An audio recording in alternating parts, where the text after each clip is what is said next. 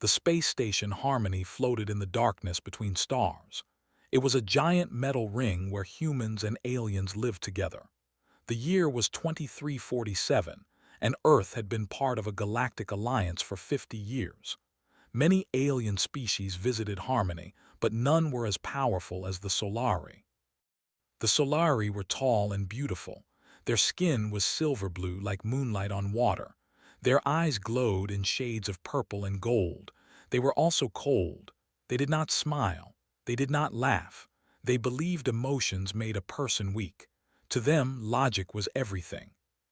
Commander Vila was one of the highest-ranking officers in the Solari Empire. She had won many battles. She had never failed a mission. Her superiors trusted her completely. When they needed someone to inspect the human space station, they sent her. Vila arrived on Harmony with her small team of soldiers. She walked through the station with her back straight and her face empty of expression.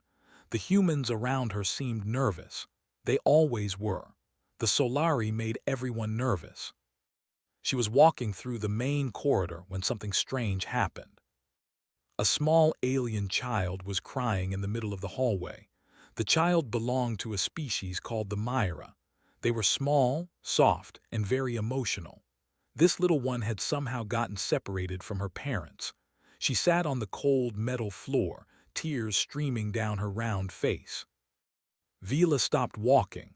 She watched the child with no particular feeling. In Solari culture, a child who could not find its parents was expected to solve the problem alone. Crying was shameful. Asking for help was weak. Then a human appeared. He was not very tall. His hair was dark and slightly messy. He wore the simple gray uniform of a station engineer. There was grease on his hands, probably from some machine he had been fixing. He looked tired, like he had been working for many hours. But when he saw the crying child, his whole face changed. He smiled. Vila had seen humans smile before, but this was different. This smile was warm and gentle, like sunlight through clouds. The man walked over to the child and knelt down so he was at her level. He did not tower over her. He made himself small. "Hey there," he said softly. "Are you lost?" The child nodded, still crying. "That is okay," the man said. "I get lost sometimes too. This station is very big, right?" The child nodded again. Her crying slowed down a little. The man reached into his pocket and pulled out a piece of paper. It was just scrap paper, probably something he had found somewhere. But his fingers moved quickly, folding and pressing. In less than a minute, he had made a small paper bird. "Do you know what this is?" he asked the child. She shook her head. "It is called a crane," he said. "On my planet, we believe that if you fold 1,000 of these, you get one wish. I have only made about 200 so far, but I think this one should go to you." He held out the paper crane. The child's eyes went wide. She took it carefully, like it was the most precious thing in the universe. "Now," the man said, "let us find your parents together. I bet they are looking for you right now." He stood up and offered his hand. The child took it. Together, they walked away down the corridor. Vila did not move for a long time. She had just watched something she could not understand. The man had gained nothing from helping that child. He had wasted his time. He had given away something he made with his own hands, and he had smiled the whole time. Why?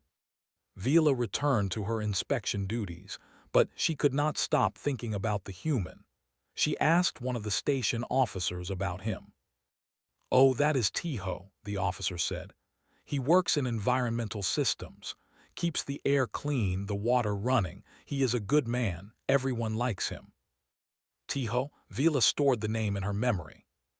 Over the next few days, Vila found herself watching Tiho. She told herself it was research. She told herself she was studying human behavior for the benefit of the Empire. But the truth was simpler than that. She was curious. She watched Tiho share his lunch with a colleague who had forgotten to bring food. She watched him stay late to help another engineer finish a difficult repair. She watched him laugh when a machine broke down, as if failure was somehow amusing instead of shameful. One evening she watched him sit in the station garden. It was a small room filled with plants from Earth, green things with leaves and flowers. Tiho was watering them carefully, one by one. He was humming a melody she did not recognize. Vila had never heard music like this. The Solari had sounds, of course. They had signals and alerts, but this was different. This sound had no purpose. It did not communicate information. It was just beautiful. She stepped into the garden. Tiho looked up and saw her. For a moment she expected him to become afraid. Most species feared the Solari. But Tiho smiled. "Commander," he said, bowing his head slightly, "welcome to my little corner of the station. Would you like some tea?" Tea? Vila knew what tea was. It was a drink humans made from plants. She had never tried it. "Why would you offer me tea?" she asked. "I am here to inspect your station. I am not here to socialize." Tiho shrugged. "That is okay, but you are still a guest, and on Earth we offer guests something to drink. It is just what we do." Vila stared at him. He was not afraid of her. He was not trying to impress her. He was simply being kind because kindness was his nature. She sat down across from him. He poured hot water over dried leaves in a small cup and handed it to her. The liquid was golden brown. Steam rose from it in gentle curls. Vila took a sip. The taste was strange but not unpleasant. It was warm. It made her feel something she could not name. "You are not like the other humans I have met," she said. Tiho laughed. "I am exactly like other humans. We are all like this. You just have not spent enough time with us." That night Vila lay in her quarters and stared at the ceiling. She thought about the paper crane. She thought about the shared lunch. She thought about the tea. She thought about Tiho's smile. Something was happening inside her, something new and confusing. Her heart beat faster when she remembered his face. Her mind kept returning to his voice. She did not understand it, but she knew one thing for certain. She wanted to understand, and that meant she needed to stay on Harmony a little longer. Vila told her superiors that she needed more time on Harmony. She said she was conducting important research on human behavior. The Solari Empire was always interested in understanding other species, so they approved her request without question. But the truth was simpler than that. Vila wanted to be near Tiho. She began following him through his daily routine. She was careful to stay hidden at first. She watched from around corners and through windows. She took notes on everything he did. Tiho woke up early every morning. He exercised in the station gym, running on a machine that went nowhere. Vila did not understand this. If he was not traveling to a destination, why run at all? But Tiho seemed to enjoy it. He even smiled while sweating. After exercise, Tiho ate breakfast in the common hall. He never ate alone. Other humans always sat with him. They talked and laughed about things Vila could not hear from her hiding spot. Sometimes Tiho would share food from his plate with others. He gave away parts of his own meal freely, as if food meant nothing to him. But Vila knew food was important. All species needed food to survive. Why would anyone give away something so necessary? She made a note. Humans share resources even when it costs them personally. Tiho spent most of his day working in the Environmental Systems Department. His job was to keep the air clean and the water safe. It was not an exciting job. It was not a job that brought glory or fame, but Tiho did it with care and attention. Vila watched him repair a broken air filter one afternoon. The work was slow and difficult. Twice, his tools slipped and he had to start over. A Solari would have been frustrated. A Solari might have given up and assigned the task to someone else. But Tiho just laughed. He laughed at his own failure. He made a joke about his clumsy fingers. Then he picked up his tools and tried again. Vila did not understand this at all. Failure was shameful. Failure meant weakness. How could anyone laugh at their own weakness? She made another note. Humans do not fear failure. They see it as a normal part of life. One day, Vila decided to stop hiding.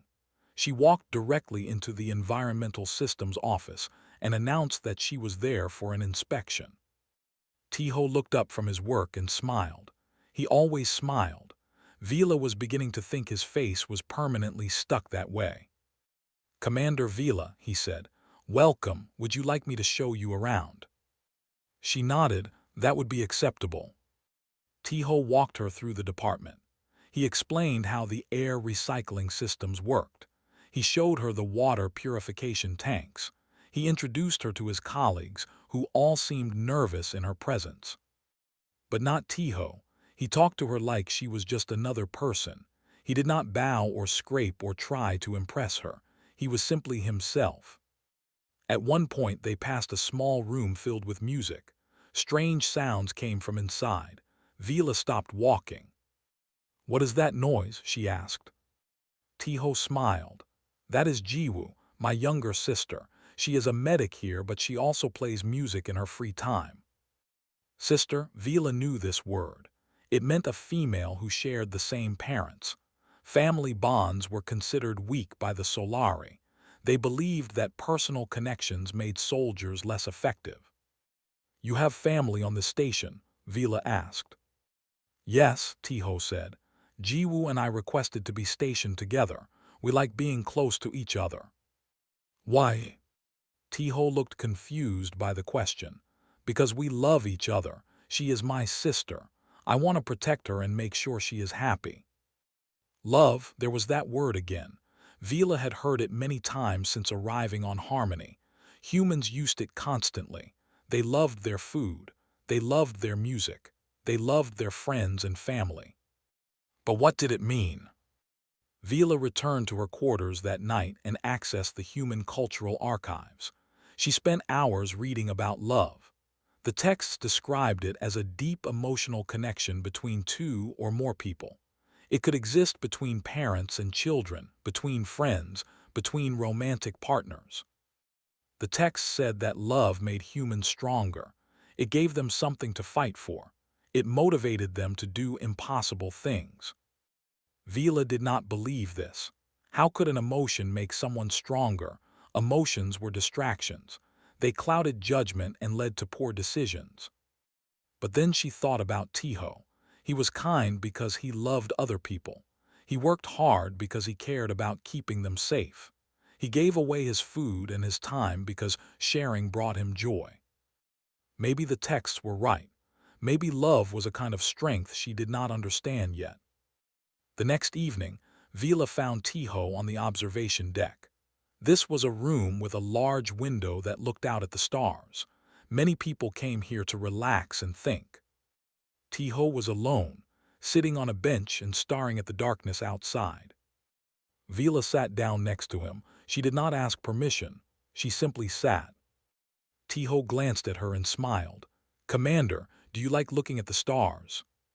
"Stars are balls of burning gas," Vila said. "They are not something to like or dislike. They simply exist." Tiho laughed softly. "That is one way to see it. But on Earth, we tell stories about the stars. We connect them into pictures and give them names. We use them to navigate and to dream." Dream. Yes. When I was a child, I used to look at the stars and imagine all the places I might go someday, all the things I might see. Now I am here, so far from home, and I still look at them and wonder what else is out there. Vila was quiet for a moment. Then she said, "Tell me about Earth." Tiho's eyes lit up. "Earth is beautiful. It has blue oceans that cover most of the surface. It has green forests full of animals. It has mountains covered in snow and deserts that stretch for miles." "It sounds inefficient," Vila said. "So many different environments on one planet." Tiho laughed again. "Maybe, but that is what makes it special. Every place is different. Every place has its own beauty." He told her about rain, water falling from the sky, hitting rooftops and windows. He said the sound was peaceful. He told her about seasons, how the world changed from hot to cold to hot again. He told her about food, how his mother used to cook for him when he was young, how the smell of her cooking still made him feel safe. Vila listened to every word. She did not understand all of it, but she understood that these things mattered to him. They were part of who he was. "Why do you tell me these things?" she asked. "I am a Solari commander, I am not your friend." Tiho shrugged. "You asked, and you are sitting here with me looking at the stars. That seems like something a friend might do." Friend, another human word, another connection she did not understand. But she wanted to understand. She wanted to know why this human made her feel things she had never felt before. She wanted to know why his smile made her heart beat faster. She wanted to know why she could not stop thinking about him. That night, Vila sent a report to her superiors. She wrote that humans were more complex than expected. She wrote that further study was required. She did not mention the way her chest felt warm when Tiho talked about rain. She did not mention that she was starting to believe in something called love. 3 weeks had passed since Vila arrived on Harmony. In that time, she had learned many things about humans. She had learned about their music, their food, their stories, and their strange custom of hugging. She had learned that they cried when they were sad and laughed when they were happy. She had learned that they formed bonds with each other that lasted their whole lives. Most importantly, she had learned about Tiho. She knew that he woke up early and went asleep late. She knew that he hummed songs while working, and that his favorite food was something called rice cakes. She knew that he loved his sister Jiwoo more than anything in the universe. She knew that he folded paper cranes when he was stressed and gave them away to make others happy. She knew everything about him, and she had made her decision. By Solari law, a commander of her rank was permitted to choose a mate. The mate had to be worthy of her lineage. They had to be strong, intelligent, and capable. Vila had observed Tiho for weeks. He was all of these things. Therefore, logically, she should claim him as her mate. Vila practiced her speech in front of a mirror. In Solari culture, claiming a mate was a formal process. One had to state their intentions clearly and wait for acceptance. It was simple and efficient. She found Tiho in the station garden. He was kneeling in the dirt, planting something small and green. His hands were covered in soil. He looked up when she approached and smiled that smile she had grown to know so well. "Commander Vila," he said, "what brings you here today?"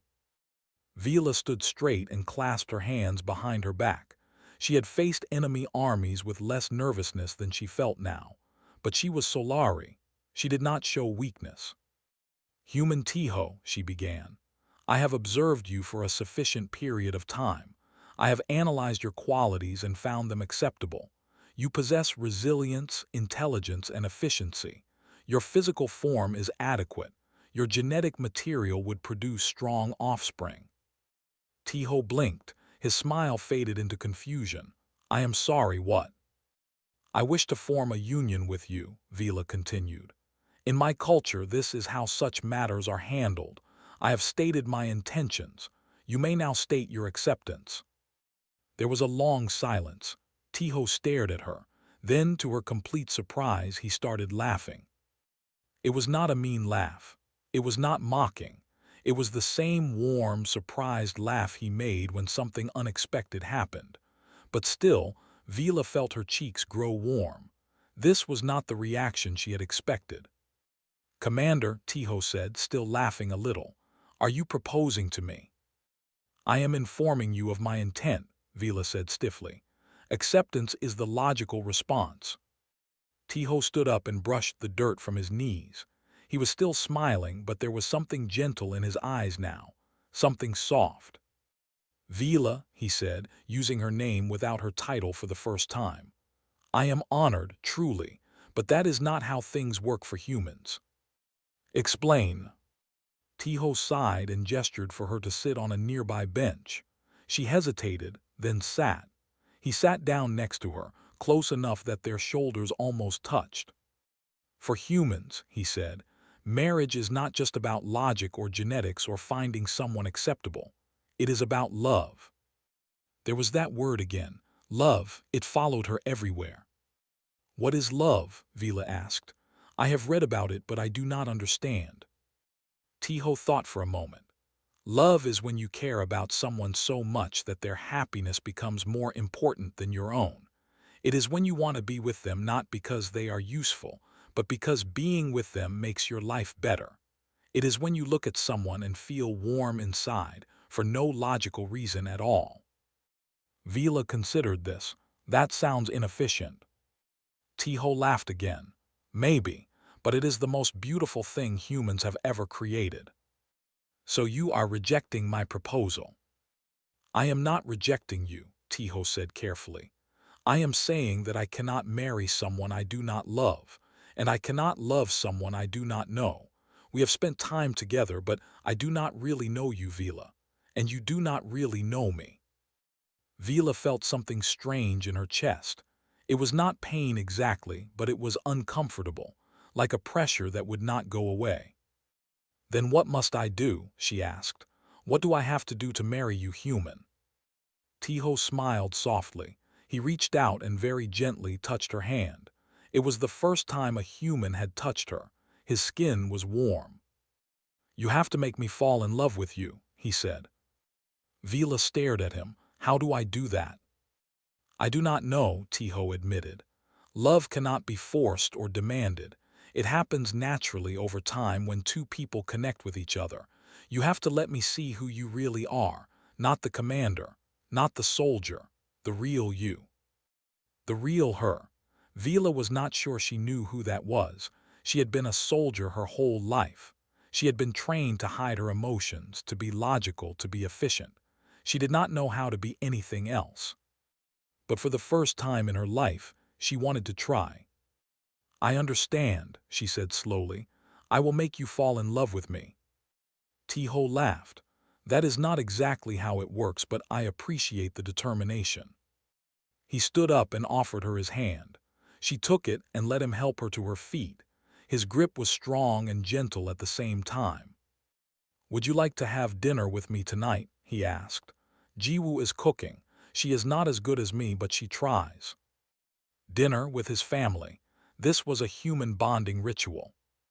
Yes, Vila said, I would like that. That night, Vila sat in Tiho's small quarters and ate food prepared by his sister. Jiwoo was loud and funny and made jokes that Vila did not understand. She teased her brother constantly and asked Vila embarrassing questions about Solari mating customs. Vila answered every question honestly. She did not know how to do anything else. By the end of the night, her face hurt. It took her a moment to realize why. She had been smiling, not a forced smile, not a polite smile, but a real one. Her first real smile in years. As she walked back to her quarters, she thought about what Tiho had said. Love was about connection. Love was about being real. She did not know how to make him love her, but she knew she was willing to learn. She would study this like she studied everything else. She would read books. She would watch videos. She would practice. She would become worthy of him. In her quarters, Vila accessed the human archives once more. She typed in a search. How to make someone fall in love. The results were confusing and contradictory, but she read every single one. Vila had a new mission. It was the most difficult mission of her life. She was going to make Tiho fall in love with her. She started by reading everything she could find about human romance. The archives were full of stories and guides and advice. Some of it made sense, some of it did not, but she took careful notes on everything. Her first attempt was a gift. In Solari culture, when you wanted to honor someone, you gave them a weapon. Weapons meant strength. They meant you believed the other person was a worthy warrior. Vila spent 3 days crafting a beautiful knife. The blade was sharp and perfectly balanced. The handle was decorated with symbols of her rank. It was the finest weapon she had ever made. She presented it to Tiho in the garden. This is for you, she said, to show that I consider you worthy. Tiho stared at the knife. He looked confused, then he looked slightly worried. Vila, he said slowly, this is very beautiful, but humans do not usually give weapons as romantic gifts. They do not. No, we usually give flowers or chocolate, or sometimes jewelry. Vila felt her face grow warm. She had failed already. I see, she said stiffly. I will remember this. But Tiho did something unexpected. He took the knife anyway. I will keep it, he said. Not as a romantic gift, but as a gift from a friend. It is beautiful and you made it yourself. That means something to me. A friend, she was still only a friend, but at least she had not been rejected completely. Her second attempt was worse. One day, Vila overheard a human officer criticizing Tiho's work. The officer said that Tiho was too slow and too friendly. He said that Tiho wasted time talking to people instead of fixing machines. Vila was furious. No one insulted someone she cared about. She marched up to the officer and challenged him to a duel. The officer turned pale. A what? A duel, Vila repeated. You have insulted a person of value. By Solari law, I have the right to challenge you to combat. The officer looked like he might faint. I did not mean. Tiho appeared out of nowhere and grabbed Vila's arm. Vila, what are you doing? Defending your honor, she said. Tiho's face went through several expressions. Surprise, confusion, then something that looked almost like amusement. Vila, he said gently, I appreciate the thought, but humans do not duel to defend honor. We use words, we talk things out, and honestly, I do not care what this man thinks of me. Vila frowned. You do not.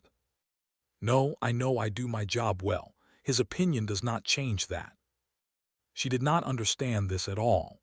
In Solari culture, reputation was everything.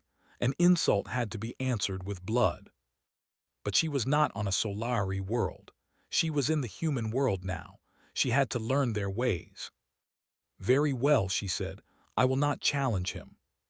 The officer let out a huge breath of relief and hurried away. Later, Jiwoo found out about what happened. She laughed so hard that tears came out of her eyes. You challenged someone to a duel for my brother, she said. Oh, that is the most romantic thing I have ever heard. It was a failure, Vila said. No, it was not, Jiwoo said, still laughing. It was sweet, completely crazy but sweet.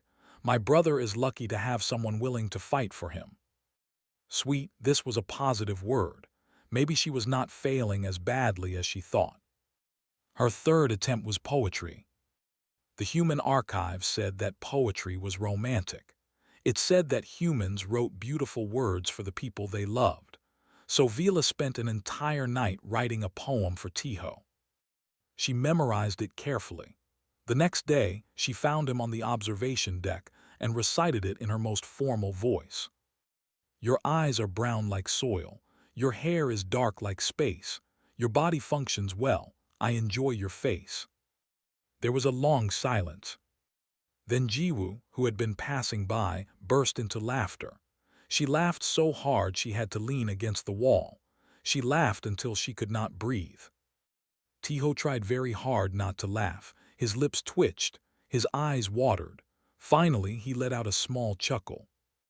Vila, he said kindly, that was very direct. Was it not romantic? It was honest, he said, and I appreciate that, but maybe poetry is not your strongest skill. Vila felt defeated. Every attempt she made was wrong. She did not know how to be romantic. She did not know how to make him love her. She was a failure at the most important mission of her life. That night, she sat alone in her quarters. She thought about giving up. She thought about going back to the Empire and forgetting about this foolish human and his foolish emotions. But then she remembered his smile. She remembered the way he talked about Earth. She remembered the warmth of his hand when he touched hers. She could not give up, not yet. The next day, she tried something different. She did not try to impress him. She did not try to be romantic. She simply asked him to teach her something. Will you show me how to fold paper cranes? She asked. Tiho looked surprised, then he smiled. Of course, come sit with me. They sat together in the garden. He showed her how to fold the paper step by step. His hands moved with practiced ease. Hers were clumsy and uncertain. Her first crane looked like a crushed rock. "That is terrible," she said. Tiho laughed. "That is okay. My first one looked worse. Keep trying." So she tried again, and again, and again. By the end of the hour, she had made something that almost looked like a bird. "See," Tiho said, "you are learning. That is what matters." Something changed between them after that. Vila stopped trying so hard to impress him. Instead, she just spent time with him. She asked him questions about his life. She listened when he talked. She tried his food and told him honestly what she thought. One night there was an accident on the station, a power failure in one of the outer sections. Several crew members were trapped, including 2 Solari officers. Tiho worked for 16 hours straight to fix the systems and save them. He did not rest. He did not eat. He just kept working, even when his hands shook from exhaustion. Vila stayed with him the whole time. She handed him tools. She held lights. She did whatever he needed. When it was finally over, when everyone was safe, Tiho collapsed. His body simply gave out. Vila caught him before he hit the floor. Without thinking, she picked him up and carried him to the medical bay. He was lighter than she expected, or maybe she was just stronger than she knew. She stayed by his bed all night. She held his hand while he slept. When he woke up the next morning, the first thing he saw was her face. "You are still here," he said. "Yes." "You did not have to stay." "I wanted to." Tiho smiled. It was a tired smile, but it was real. "Thank you, Vila." She reached into her pocket and pulled something out. A paper crane, clumsy and imperfect but recognizable. "I made this," she said, "for you." Tiho took it carefully. He looked at it for a long moment. Then he looked at her. Something had changed in his eyes, something warm. "It is beautiful," he said. Jiwoo, watching from across the room, smiled to herself. "I think she is getting it, brother," she whispered. "I think she really is." The message arrived on a cold morning. Vila was summoned back to the Solari homeworld. The High Council had heard rumors about a commander who had lost her way, a commander who had grown attached to a human. She had no choice. She had to go.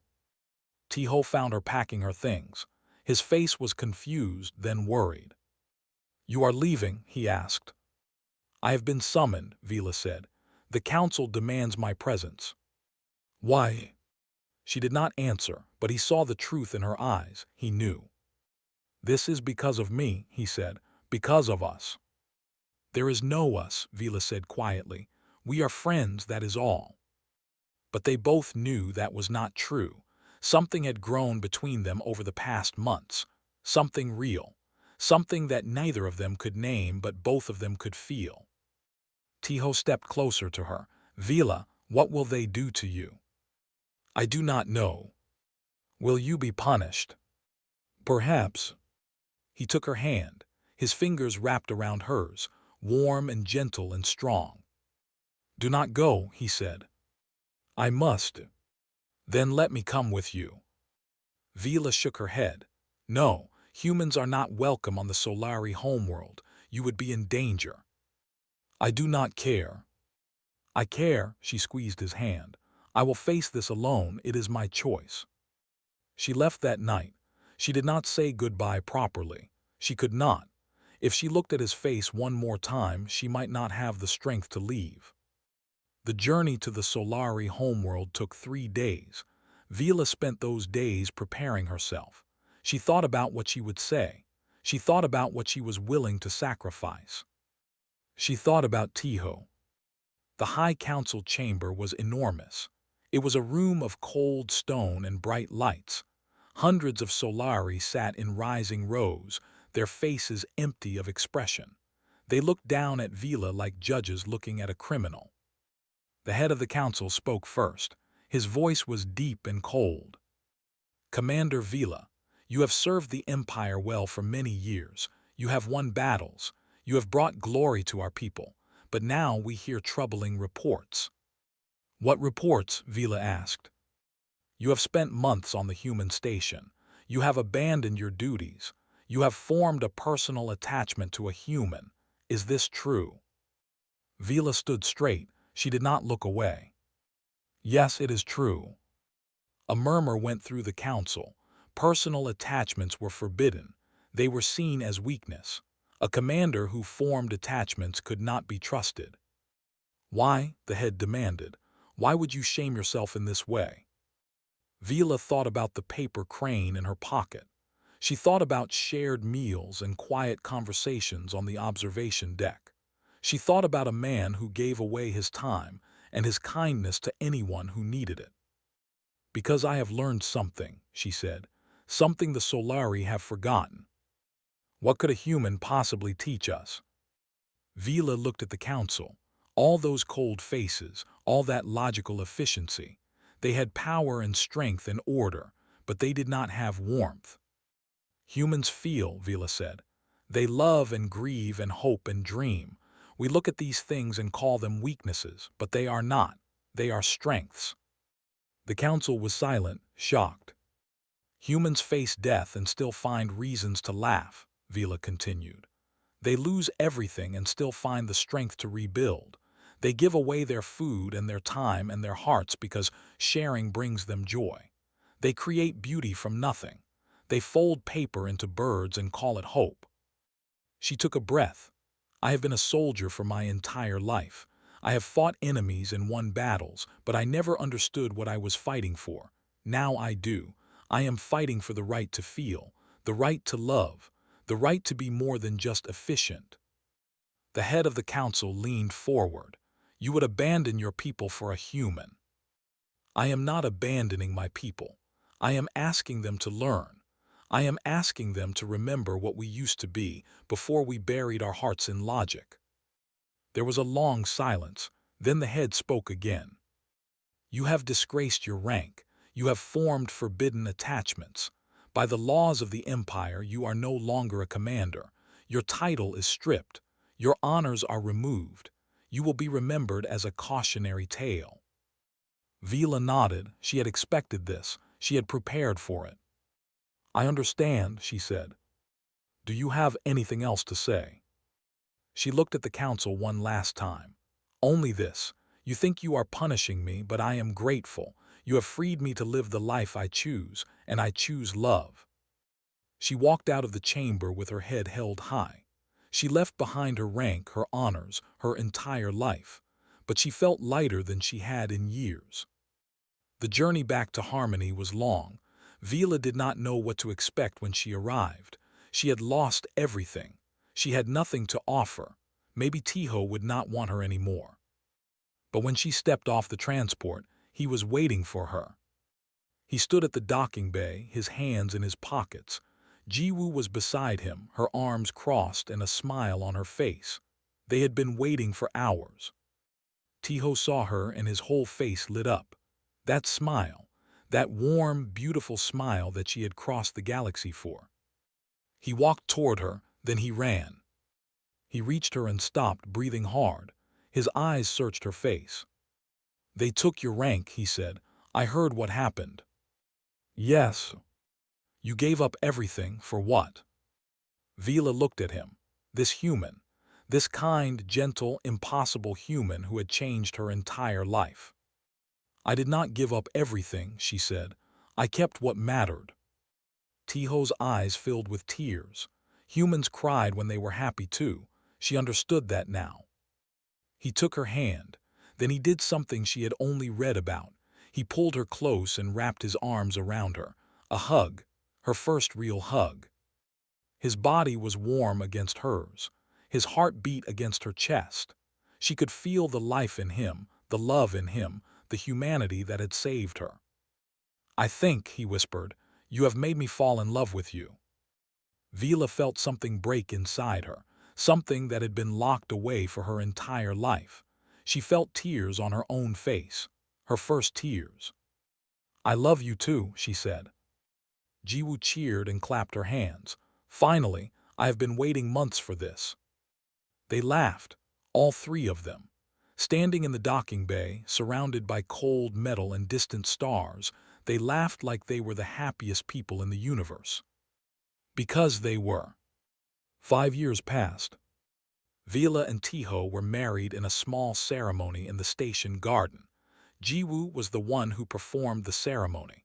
She cried more than anyone. Their life was quiet and happy. Tiho still worked in environmental systems. Vila found work as a consultant, helping humans and Solari understand each other better. She was good at it. She knew both worlds now. And one day there was a child. A little girl with silver blue skin and warm brown eyes. She had Vila's height and Tiho's smile. They named her Yuna, which meant to shine. On a quiet evening, Yuna sat on the observation deck, folding paper cranes. Her small fingers moved clumsily, but she tried hard. She had already made 7. Vila watched from nearby. Her heart felt full, a feeling she had learned to cherish. Tiho sat down beside her. He was older now, with gray at his temples, but his smile was the same. She is getting good at it, he said. She learned from her father. Tiho laughed. He leaned against Vila and she leaned against him.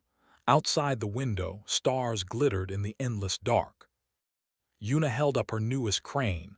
Look, this one has wings. Beautiful, Vila said. Keep going. When you fold 1,000, you get a wish. What would you wish for, Mom? Vila looked at her daughter. She looked at her husband. She looked at the stars that had once seemed so cold and distant. Nothing, she said. I already have everything I ever wanted. Tiho started humming. It was an old Earth song. Vila still did not understand the melody, but she understood the feeling behind it. She leaned her head on his shoulder and closed her eyes. For the first time in her life, a Solari had learned to feel. And it was beautiful.